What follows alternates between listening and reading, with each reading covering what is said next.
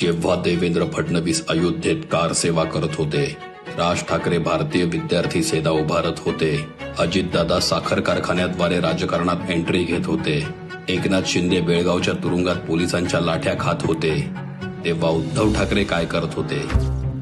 हातात कॅमेरा घेऊन कोकाकोला पीत होते.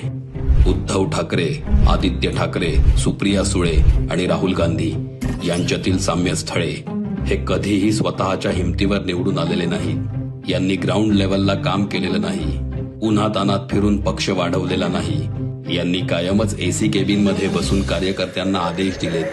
हे सगळे वडील, आजी, आजोबांच्या पुण्याईने मोठे झालेत. यांचं स्वकर्तृत्व शून्य आहे. लायकी नसूनही हे खुर्चीला चिकटून राहिलेत. शरद पवारांची कन्या इतकंच सुप्रियाताईंचं अस्तित्व. राहुल गांधी तर पप्पू आहेत, ज्यांना जिहाद्यांच्या लांगुल चालनाखेरीज काहीच येत नाही.